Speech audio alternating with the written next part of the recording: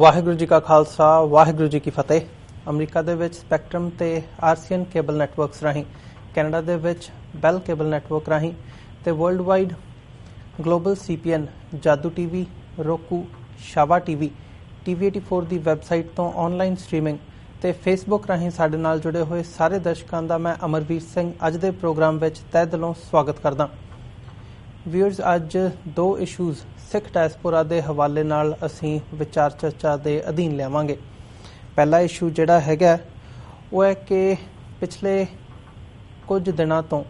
ਕਈ ਹਫ਼ਤਿਆਂ ਤੋਂ ਪਹਿਲਾਂ ਦੀ ਗੱਲ ਹੈਗੀ ਹੈ, ਜਦੋਂ ਕੈਪਟਨ ਅਮਰਿੰਦਰ ਸਿੰਘ ਨੇ ਕੈਨੇਡਾ ਦੇ ਸਿੱਖਾਂ ਦੇ ਉੱਪਰ ਖਾਲਿਸਤਾਨੀ ਹੋਣ ਦਾ ਇਲਜ਼ਾਮ ਲਾਉਂਦਿਆਂ ਇਹ ਗੱਲ ਕਹੀ ਸੀ ਕਿ ਉਹਨਾਂ ਨੂੰ ਉੱਥੋਂ ਥ੍ਰੈਟ ਮਿਲਿਆ, ਉਹਨਾਂ ਦੀ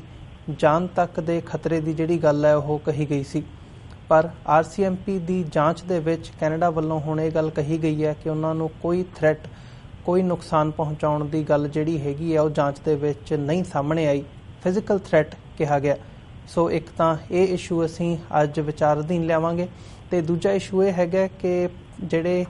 ਬਰੈਂਪਟਨ ਤੋਂ ਮੈਂਬਰ ਪ੍ਰੋਵਿੰਸ਼ੀਅਲ ਅਸੈਂਬਲੀ ਸਰਦਾਰ ਜਗਮੀਤ ਸਿੰਘ ਵੱਲੋਂ ਪਿਛਲੇ ਦਿਨਾਂ ਦੇ ਵਿੱਚ ਇਹ ਗੱਲ ਕਹੀ ਗਈ ਹੈ ਕਿ ਉਹਨਾਂ ਦੀ ਜਿਹੜੀ ਕੈਂਪੇਨ ਹੈਗੀ ਹੈ, ਜੋ ਉਹ NDP ਦੀ ਲੀਡਰਸ਼ਿਪ ਦੇ ਲਈ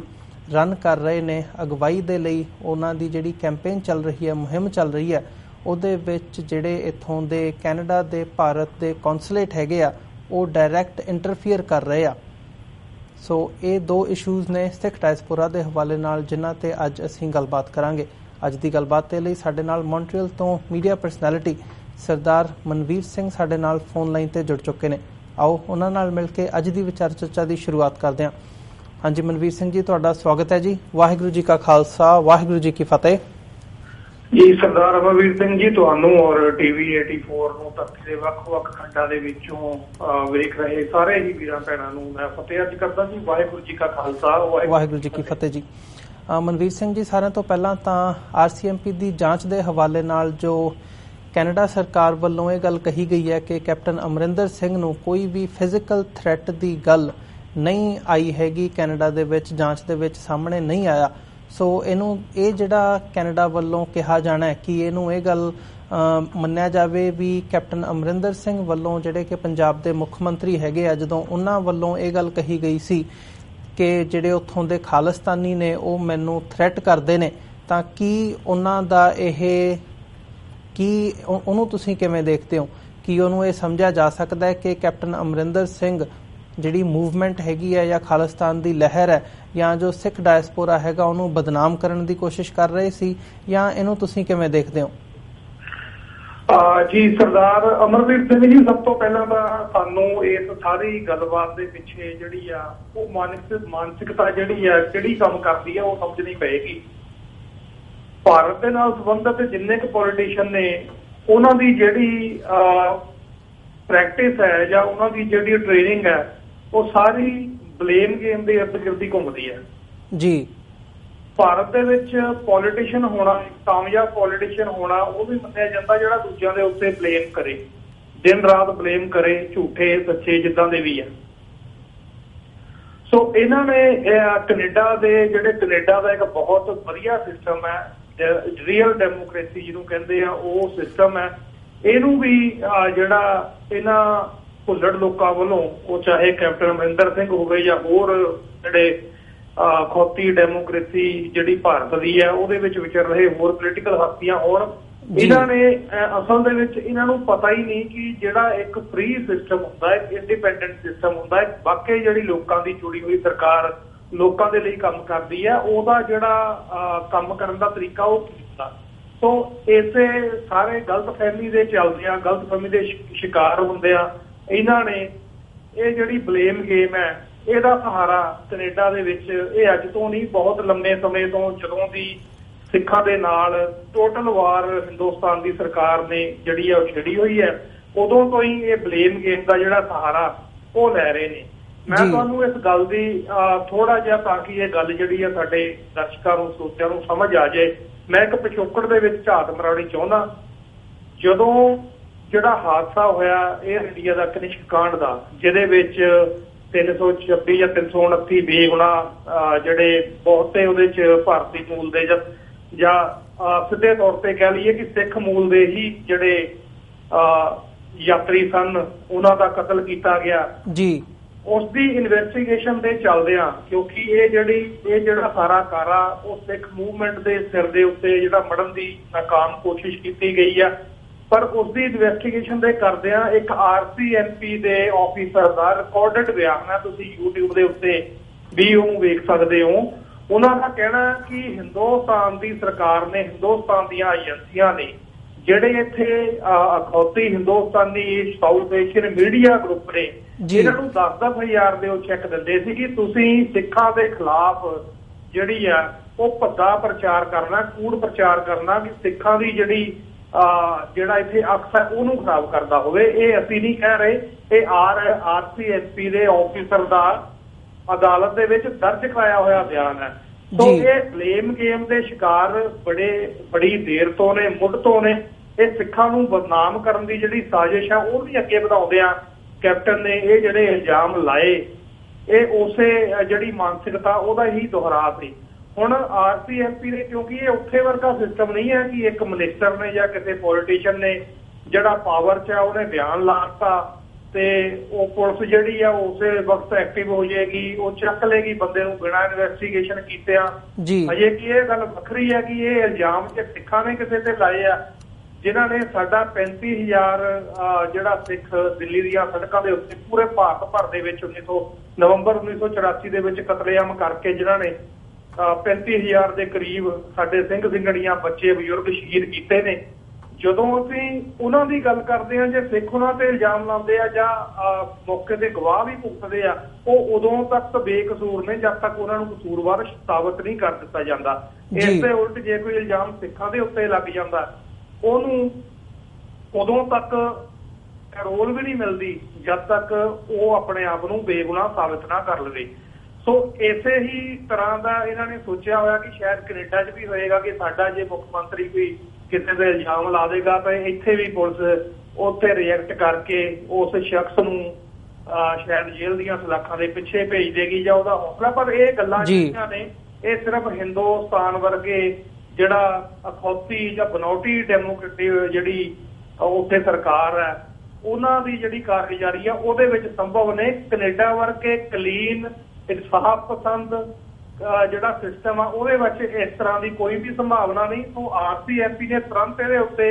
ਐਕਸ਼ਨ ਲੈਂਦਿਆਂ, ਕਿਉਂਕਿ ਇੱਕ ਗੱਲ ਹੋਰ ਸਰਦਾਰ ਅਮਰਵੀਰ ਸਿੰਘ ਜੀ ਸਮਝਣ ਵਾਲੀ ਹੈ ਕਿ ਇੱਥੇ ਜੇ ਤੁਸੀਂ ਕੈਨੇਡੀਅਨ ਸਿਟੀਜ਼ਨ ਦੇ ਉੱਤੇ ਜਾਂ ਕਿਸੇ ਕੈਨੇਡੀਅਨ ਰੈਜ਼ੀਡੈਂਟ ਦੇ ਉੱਤੇ ਕੋਈ ਇਲਜ਼ਾਮ ਬਾਹਰੋਂ ਲੱਗਦਾ ਤਾਂ ਉੱਥੇ ਇਹਨੂੰ ਸਿਰਫ ਇੱਕ ਬੰਦੇ ਦੇ ਉੱਤੇ, ਕਿਸੇ ਵਿਅਕਤੀ ਵਿਸ਼ੇਸ਼ ਦੇ ਉੱਤੇ ਲੱਗਿਆ ਹੋਇਆ ਇਲਜ਼ਾਮ ਨਹੀਂ ਸਮਝਿਆ ਜਾਂਦਾ। ਇਸ ਨੂੰ ਪੂਰੇ ਕੈਨੇਡਾ ਦਾ ਜਿਹੜਾ ਅਕਸ ਹੈ ਉਹਦੇ ਨਾਲ ਜੁੜ ਕੇ ਵੇਖਿਆ ਜਾਂਦਾ। ਇਹੀ ਕਾਰਨ ਹੈ ਕਿ ਤੁਰੰਤ ਹਰਕਤ ਵਿੱਚ ਆਉਂਦਿਆਂ ਇੱਥੇ ਦੀ ਜਿਹੜੀ ਸੈਂਟਰਲ ਪੁਲਿਸ ਹੈ, ਜਿਹਨੂੰ ਰਾਇਲ ਮਾਊਂਟੇਨ ਜਿਹੜੀ ਪੁਲਿਸ ਕਹਿੰਦੇ ਆ ਅਸੀਂ, ਉਹਨਾਂ ਨੇ ਤੁਰੰਤ ਇਹਦੇ ਉੱਤੇ ਆਪਣਾ ਪ੍ਰਤੀਕਰਮ ਦਿੰਦਿਆਂ, ਇਨਵੈਸਟੀਗੇਟ ਕਰਦਿਆਂ ਇਹ ਸਾਰੇ ਜਿਹੜੇ ਇਲਜ਼ਾਮ ਸੀ ਇਹਨਾਂ ਨੂੰ ਬੇਬੁਨਿਆਦ, ਬੇਦਲੀਲ ਕਰਾਰ ਦਿੱਤਿਆਂ ਉਹਨਾਂ ਨੂੰ ਇਹ ਵਾਪਸ ਜਵਾਬ ਦਿੱਤਾ ਕਿ ਅਸੀਂ ਆਪਣੀ ਇਨਕੁਆਇਰੀ ਪੂਰੀ ਕਰ ਲਈ ਹੈ, ਇਸ ਤਰ੍ਹਾਂ ਦੀ ਕੋਈ ਵੀ ਗੱਲ ਨਹੀਂ ਹੈ। ਸੋ ਇਹ ਜਿਹੜਾ ਝੂਠ ਹੈ ਕੈਪਟਨ ਅਮਰਿੰਦਰ ਸਿੰਘ ਦਾ ਉਹ ਉਹਨਾਂ ਨੇ ਮੁੱਢ ਤੋਂ ਨਕਾਰ ਦਿੱਤਾ ਜੀ। ਮਨਵੀਰ ਸਿੰਘ ਜੀ, ਜਿਵੇਂ ਅਸੀਂ ਇਹਦੀ ਗੱਲ ਕੀਤੀ ਹੈ, ਇਸੇ ਦੇ ਨਾਲ ਜੁੜਾ ਹੋਇਆ ਜਿਹੜਾ ਸਾਡਾ ਸੈਕੰਡ ਟੌਪਿਕ ਹੈਗਾ ਵੀ ਭਾਰਤ ਦੇ ਵੱਲੋਂ ਜੇ ਗੱਲ ਕੀਤੀ ਜਾਵੇ ਇੰਟਰਫੀਰੈਂਸ ਦੀ, ਜਿਵੇਂ ਤੁਸੀਂ ਆਪਣੀ ਵਿਚਾਰਾਂ ਦੇ ਵਿੱਚ ਵੀ ਇੱਦਾਂ ਦੇ ਜਿਹੜੇ ਹੈਗੀ ਹੈ ਗੱਲ ਕਹੀ ਹੈ, ਸੋ ਉਹਦੀ ਜਿਹੜੀ ਗੱਲ ਹੈ ਉਹਦੇ ਬਾਰੇ ਮੈਂ ਤੁਹਾਡੇ ਕੋਲੋਂ ਅਗਲਾ ਜਿਹੜਾ ਮੇਰਾ ਸਵਾਲ ਹੈ,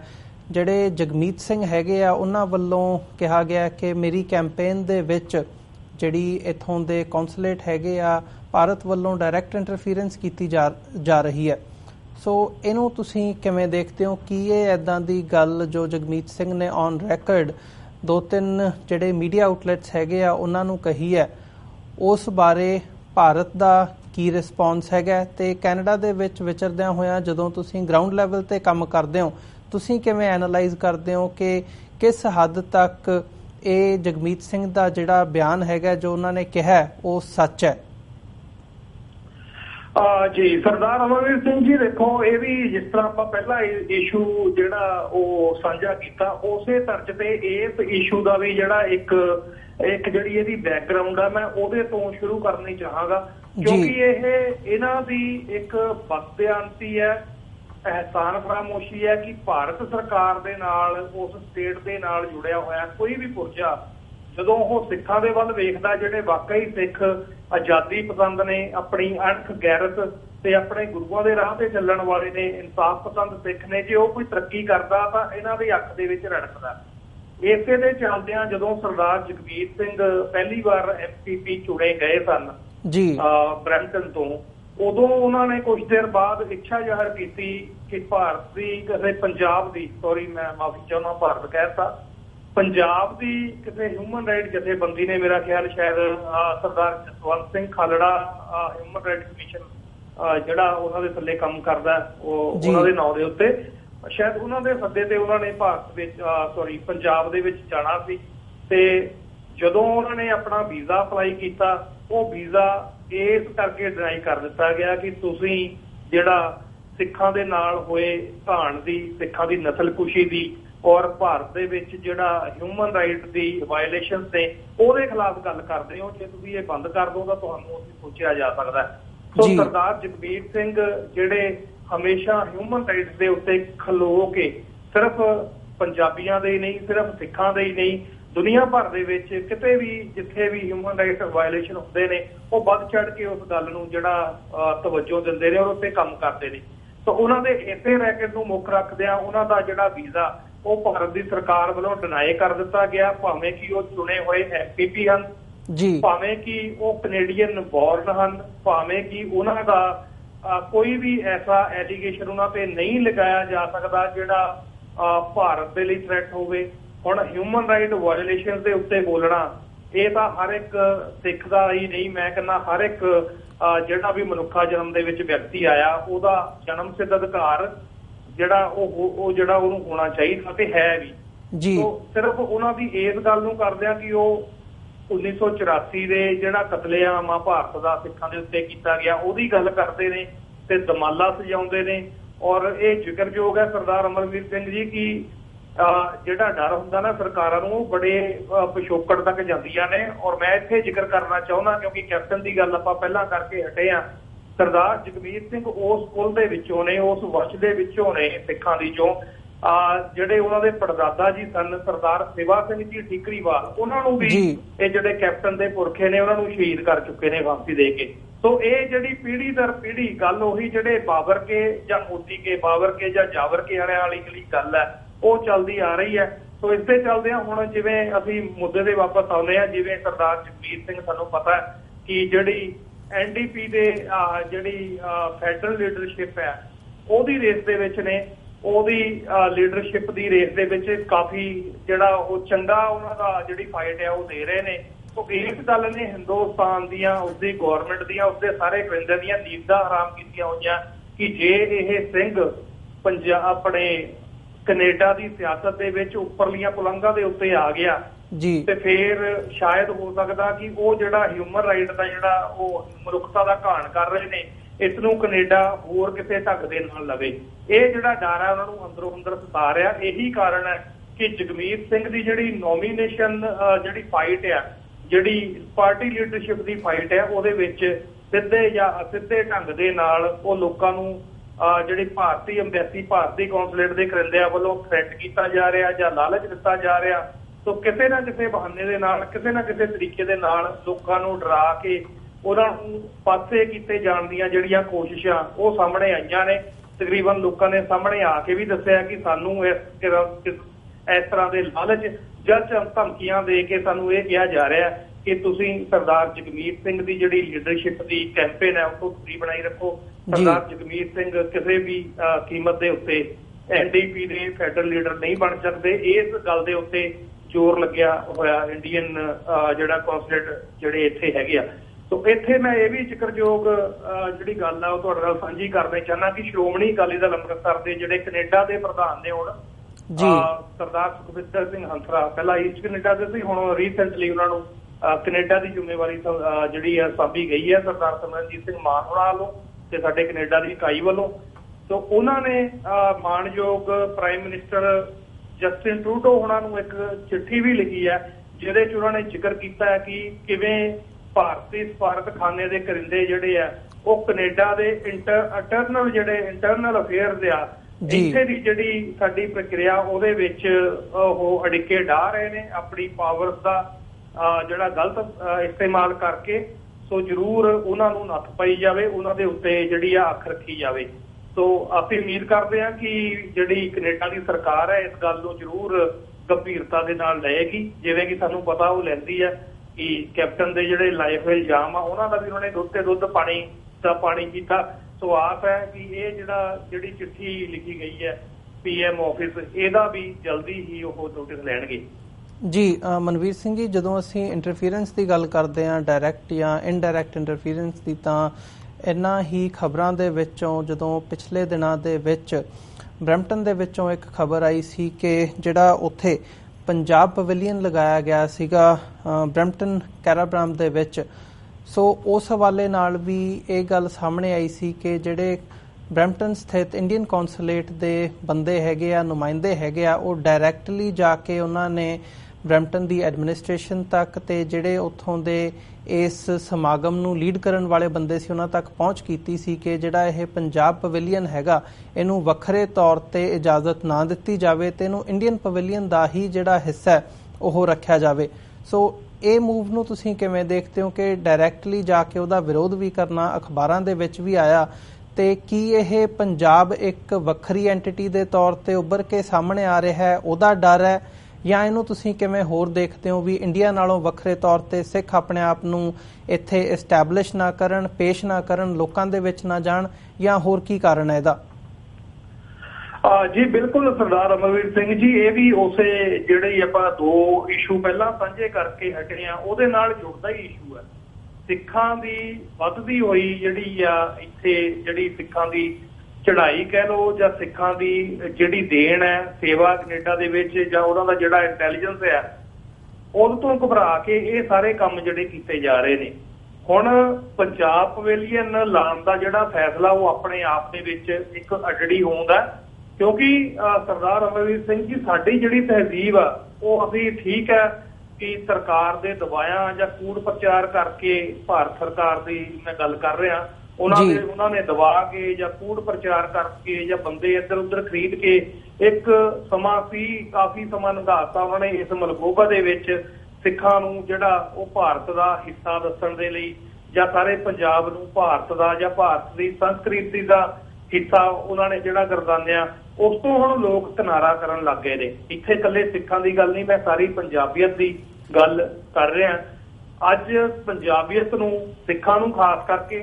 ਔਰ ਉਹਨਾਂ ਦੇ ਨਾਲ ਨਾਲ ਪੂਰੇ ਪੰਜਾਬ ਵਾਸੀਆਂ ਨੂੰ ਇਹ ਸਮਝ ਆ ਚੁੱਕੀ ਹੈ ਕਿ ਸਾਡੀ ਜਿਹੜੀ ਤਹਿਜ਼ੀਬ ਹੈ, ਪੰਜਾਬ ਦਾ ਜਿਹੜਾ ਮਾਣਮੱਤਾ ਇਤਿਹਾਸ ਹੈ ਜਾਂ ਵਿਰਸਾ ਹੈ, ਉਹ ਗੰਗਾ ਜਮੁਨਾ ਕਲਚਰ ਦੇ ਨਾਲ ਕਿਸੇ ਵੀ ਕੀਮਤ ਤੇ ਅਟੈਚ ਨਹੀਂ ਕੀਤਾ ਜਾ ਸਕਦਾ। ਅਸੀਂ ਬਿਲਕੁਲ ਵੱਖਰੇ ਹਾਂ। ਸੋ ਅਸੀਂ ਜਦੋਂ ਇਹਨਾਂ ਮੁਲਕਾਂ ਦੇ ਵਿੱਚ ਆਪਣੀ ਵੱਖਰੀ ਹੋਂਦ ਦੱਸਣ ਦੀ ਕੋਸ਼ਿਸ਼ ਕਰਦੇ ਆ, ਇਹ ਗੱਲ ਉਹਨਾਂ ਦੇ ਜਿਹੜੀ ਆ ਸੰਗ ਦੀ ਹੱਡੀ ਬਣਦੀ ਹੈ ਹਿੰਦੁਸਤਾਨੀਆਂ ਦੇ। ਇਹੀ ਕਾਰਨ ਹੈ ਕਿ ਉਹ ਵਗਾਹੇ ਵਗਾਹੇ ਇਸ ਤਰ੍ਹਾਂ ਦੀਆਂ ਜਿਹੜੀਆਂ ਮਕਾਰੀਆਂ ਭਰੀਆਂ ਜਿਹੜੀਆਂ ਚਾਲਾਂ ਨੇ ਉਹ ਚੱਲਦੇ ਨੇ। ਕਿਉਂਕਿ ਪਰ ਦੇਖਣ ਵਾਲੀ ਗੱਲ ਇਹ ਹੈ ਕਿ ਇਸ ਸਭ ਦੇ ਚੱਲਦਿਆਂ ਇੰਨੀ ਵੱਡੇ ਪੱਧਰ ਦੇ ਉੱਤੇ ਇਨਫਲੂਐਂਸ ਹੋਣ ਦੇ ਬਾਵਜੂਦ ਵੀ ਉਹ ਜਿਹੜੀ ਕਮੇਟੀ ਸੀ ਜਿਹੜੀ ਉੱਥੇ ਇਸ ਸਾਰੇ ਇਵੈਂਟਸ ਨੂੰ ਆਰਗੇਨਾਈਜ਼ ਕਰਨ ਵਾਲੀ, ਉਸ ਕਮੇਟੀ ਨੇ ਸਿੱਧੇ ਤੌਰ ਤੇ ਕਹਿ ਦਿੱਤਾ ਕਿ ਸਾਨੂੰ ਇਹਦੇ 'ਚ ਕੋਈ ਗਲਤ ਨਹੀਂ ਲੱਗਦਾ। ਜੇ ਪੰਜਾਬ ਦਾ ਪਵੇਲੀਅਨ ਵੱਖਰਾ ਲੱਗਦਾ ਤੇ ਸਾਨੂੰ ਇਹਦੇ 'ਚ ਕੋਈ ਇਤਰਾਜ਼ ਨਹੀਂ। ਤੁਹਾਡੀ ਜਿਹੜੀ ਸ਼ਿਕਾਇਤ ਹੈ ਜਾਂ ਤੁਹਾਡਾ ਜਿਹੜਾ ਇਤਰਾਜ਼ ਆ ਉਹ ਬਿਲਕੁਲ ਬੇਬੁਨਿਆਦ ਹੈ। ਔਰ ਮੈਂ ਇਹਦੇ ਨਾਲ ਇਹ ਵੀ ਜੋੜਨਾ ਚਾਹੁੰਦਾ ਸਰਦਾਰ ਅਮਰਵੀਰ ਸਿੰਘ ਜੀ, ਇਹ ਗੱਲ ਹੁਣ ਇਕੱਲੀ ਪੰਜਾਬ ਤੱਕ ਸੀਮਿਤ ਨਹੀਂ ਰਹੀ। ਅੱਜ ਤੁਸੀਂ ਪਿਛਲੇ ਦਿਨਾਂ ਦੇ ਵਿੱਚ ਖਬਰਾਂ ਆਈਆਂ ਨੇ ਕਿਵੇਂ ਕਰਨਾਟਕਾ ਦੀ ਸਰਕਾਰ ਨੇ ਇੱਕ ਵੱਖਰਾ ਪੈਨਲ ਬਣਾਇਆ ਕਿ ਅਸੀਂ ਆਪਣਾ ਝੰਡਾ ਜਿਹੜਾ ਉਹ ਵੱਖਰਾ ਕਰਨਾ, ਅਲੱਗ ਲਾਉਣਾ ਜੀ। ਹਾਂ, ਔਰ ਅੱਜ ਜਿਹੜਾ ਮਹਿਬੂਬਾ ਮੁਫਤੀ ਨੇ ਵੀ ਜਿਹੜੀ J&K ਦੀ PM ਹੈ ਸੋ ਕਾਲਡ, ਉਹਨੇ ਵੀ ਜਿਹੜਾ ਅੱਜ ਕਸ਼ਮੀਰ ਦੇ ਹੱਕ ਦੇ ਵਿੱਚ ਸਟੈਂਡ ਲਿਆ ਕਿ ਜਿਹੜੀ ਉੱਥੇ ਗੱਲਾਂ ਜਿਹੜੀਆਂ ਚੱਲ ਰਹੀਆਂ ਨੇ ਧਾਰਾ 370 ਨੂੰ ਜਿਹੜਾ ਉਹਦੀ ਹੋਂਦ ਖਤਮ ਕਰਨ ਦੀਆਂ, ਉਹਨੇ ਕਿਹਾ ਕਿ ਇਹ ਬਹੁਤ ਸੌਖੀ ਨਹੀਂ ਹੋਵੇਗੀ ਜੇ ਭਾਰਤ ਦਾ ਜਿਹੜਾ ਰਹਿੰਦਾ ਹੁੰਦਾ ਵਕਾਰ ਹੈ ਉਹ ਵੀ ਜਿਹੜਾ ਜੰਮੂ ਕਸ਼ਮੀਰ ਦੇ ਵਿੱਚੋਂ ਖਤਮ ਹੋ ਜਾਏਗਾ। ਔਰ ਉਸ ਤੋਂ ਇਲਾਵਾ ਗੋਰਖਾਲੈਂਡ ਦੀ ਜਿਹੜੀ ਮੰਗ ਹੈ ਉਹ ਵੀ ਜਿਹੜੀ ਆ ਜ਼ੋਰ ਫੜਦੀ ਜਾ ਰਹੀ ਹੈ। ਅਸੀਂ ਦੇਖਦੇ ਹਾਂ ਕਿ ਕਿਵੇਂ ਹਜੇ ਕਿ ਬਹੁਤ ਸਾਰੀਆਂ ਖਬਰਾਂ ਦਬਾ ਦਿੱਤੀਆਂ ਜਾਂਦੀਆਂ ਨੇ। ਇਸ ਦੇ ਬਾਵਜੂਦ ਜਿੰਨੀਆਂ ਖਬਰਾਂ ਜਾਂ ਸੋਸ਼ਲ ਮੀਡੀਆ ਦੇ ਉੱਤੇ ਆਰਟੀਕਲ ਜਾਂ ਪੋਸਟ ਵਾਰ ਆਈਆਂ ਨੇ ਉਹਨਾਂ ਤੋਂ ਪਤਾ ਲੱਗਦਾ ਕਿ ਕਿਵੇਂ ਜਿਵੇਂ ਕਿਸੇ ਵਕਤ ਪੰਜਾਬੀ ਸੂਬੇ ਨੂੰ ਦਬਾਉਣ ਦੇ ਲਈ ਇਹਨਾਂ ਨੇ ਫੁੱਲ ਫਲੈਸ਼ ਆਪਣੀ ਤਾਕਤ ਦਾ ਇਸਤੇਮਾਲ ਕੀਤਾ ਸੀ। ਉਸੇ ਤਰਜ਼ ਦੇ ਉੱਤੇ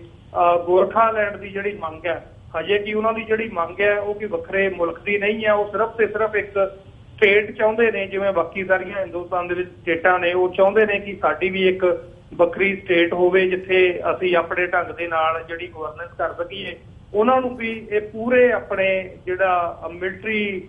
ਪਾਵਰ ਦੇ ਨਾਲ ਦਬਾਉਣ ਦੀ ਜਿਹੜੀ ਕੋਸ਼ਿਸ਼ ਆ ਉਹ ਕਰ ਰਹੇ ਆ। ਔਰ ਬਹੁਤ ਸਾਰੇ ਉੱਥੇ ਜਿਹੜੀ ਆ ਜਿਹਨੂੰ ਅਸੀਂ ਕਹਿ ਸਕਦੇ ਹਾਂ ਕਿ ਦਬਾਉਣ ਦੇ ਲਈ ਉੱਥੇ ਗੋਲੀ ਵੀ ਚੱਲ ਰਹੀ ਹੈ, ਲਾਠੀਆਂ, ਅਥਰੂ ਗੈਸ, ਜਿਹੜੇ ਕਿ ਜਿੰਨੇ ਵੀ ਇਹਨਾਂ ਦੇ ਹਥਕੰਡੇ ਨੇ, ਜਿੱਦਾਂ ਵੀ ਇਹ ਇਹਨਾਂ ਦਾ ਇੱਕ ਰੈਕਟ ਹੈ ਹਿੰਦੁਸਤਾਨ ਦੀ ਸਰਕਾਰਾਂ ਦਾ ਆਪਣੀ ਆਰਮੀ ਆਪਣੇ ਲੋਕਾਂ ਦੇ ਖਿਲਾਫ ਵਰਤਣ ਦਾ, ਉਹਨੂੰ ਜਿਹੜਾ ਬਾਦਸਤੂਰ ਉੱਥੇ ਜਾਰੀ ਰੱਖਿਆ ਗਿਆ। ਜੀ ਮਨਵੀਰ ਸਿੰਘ ਜੀ, ਜਿਵੇਂ ਅਸੀਂ ਇਹ 3 ਇਸ਼ੂਜ਼ ਅੱਜ ਦੀ ਗੱਲਬਾਤ ਦੇ ਵਿੱਚ ਡਿਸਕਸ ਕੀਤੇ ਹੈ, ਸੋ ਅੰਤ ਦੇ ਵਿੱਚ ਤੁਸੀਂ ਇਹਨਾਂ 3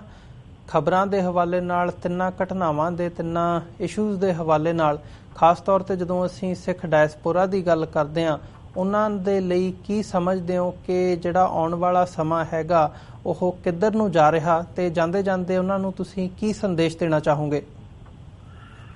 ਜੀ ਸਰਦਾਰ ਸਾਹਿਬ, ਮੈਂ ਤਾਂ ਇਹੀ ਸੰਦੇਸ਼ ਦੇਣਾ ਚਾਹੁੰਦਾ ਕਿ ਜਿਹੜੇ ਵੀ ਡਾਇਸਪੋਰਾ ਉਸ ਖਿੱਤੇ ਦੇ ਨਾਲ ਸੰਬੰਧਤ ਹੈ, ਜਿਹੜੀਆਂ ਵੀ ਕਮਿਊਨਿਟੀਜ਼ ਅੱਜ ਉਸ ਜ਼ਾਲਮ ਸਰਕਾਰ ਤੋਂ, ਜ਼ਾਲਮ ਸਿਸਟਮ ਤੋਂ, RSS ਦੇ ਉਸ ਜਿਹੜੀ ਆ ਪੱਖਪਾਤੀ ਜਿਹੜੀ ਉਹਨਾਂ ਦੀ ਸੋਚ ਆ ਉਹ ਤੋਂ ਪਿੱਛਾ ਛਡਾ ਕੇ ਆਪਣੇ ਜਿਹੜੇ ਵਸਿੰਦੇ ਨੇ ਉਹਨਾਂ ਨੂੰ ਆਜ਼ਾਦੀ ਦੇ ਵਿੱਚ ਸਾਧ ਵਾਲਾ ਚਾਹੁੰਦੇ ਨੇ ਜਾਂ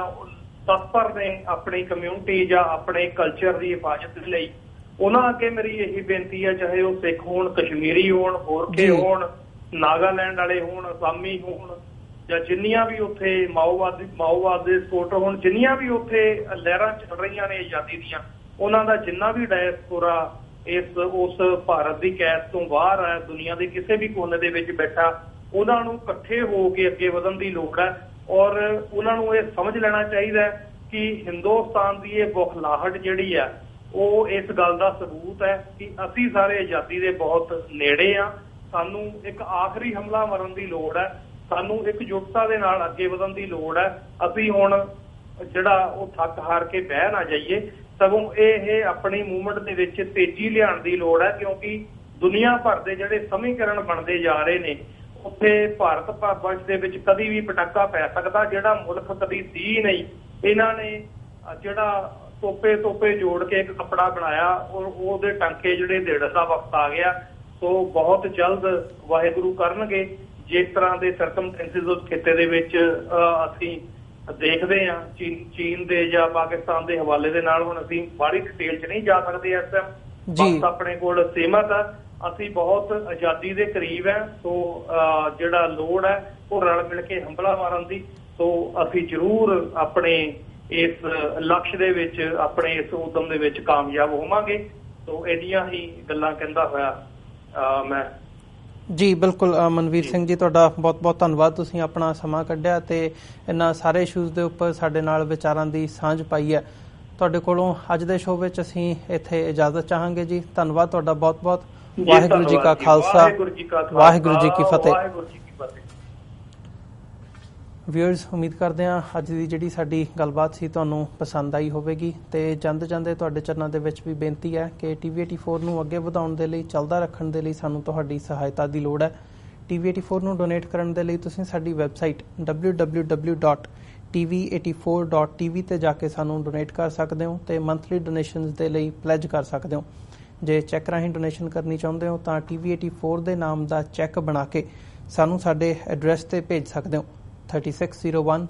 37th Avenue, Long Island City, New York 11101। Website ਮੈਂ ਇੱਕ ਵਾਰ ਦੁਬਾਰਾ ਰਿਪੀਟ ਕਰਦੇ ਹਾਂ ਡੋਨੇਸ਼ਨਸ ਦੇ ਲਈ, www.tv84.tv। ਇਸੇ ਦੇ ਨਾਲ ਅਸੀਂ ਅੱਜ ਦਾ ਪ੍ਰੋਗਰਾਮ ਵਿਊਅਰਸ ਇੱਥੇ ਹੀ ਸਮਾਪਤ ਕਰਦੇ ਹਾਂ।